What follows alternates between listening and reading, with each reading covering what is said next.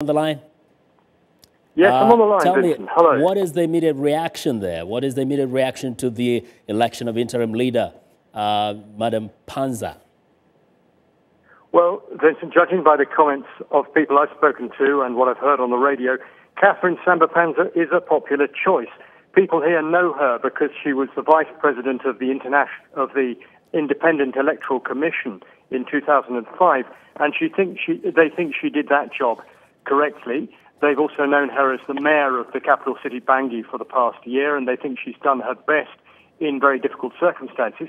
And they like the fact that she's not a party politician. They think that means she comes without too much baggage. She won't have too many obligations to supporters whom she would have to reward. So it's hoped she'll be able to appoint her ministerial team on merit. Well, in terms of the task ahead of her, can you paint the kind of a scope of the challenges she faces? Well, she'll be attending a swearing-in ceremony on the 25th. Before then, she's due to appoint a prime minister, of course. Not clear who that would be, as she doesn't come from a party, so the prime minister could come from anywhere. After forming a ministerial team, I think one of her main tasks will be to try to persuade the anti-Balaka militia to stop attacking Muslims. The anti-Balaka were formed in response to abuses by another militia called the ex-Saleka, a largely Muslim rebel coalition that took power in Bangui early last year.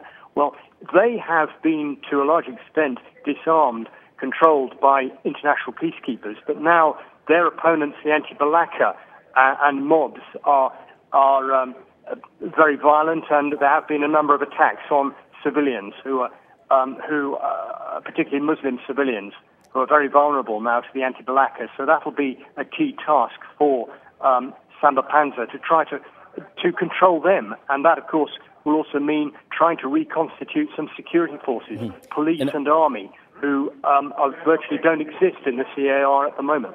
Now, very quickly, how much collaboration is she likely to get from the political establishment in this country?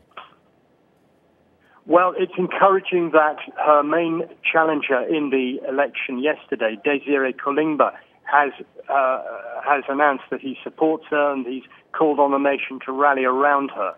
Other political groupings are largely discredited, are accused of having helped the Saleka to seize power last year. So I think they will have to collaborate with the international community in order to regain some credibility, and I think that will help her a lot.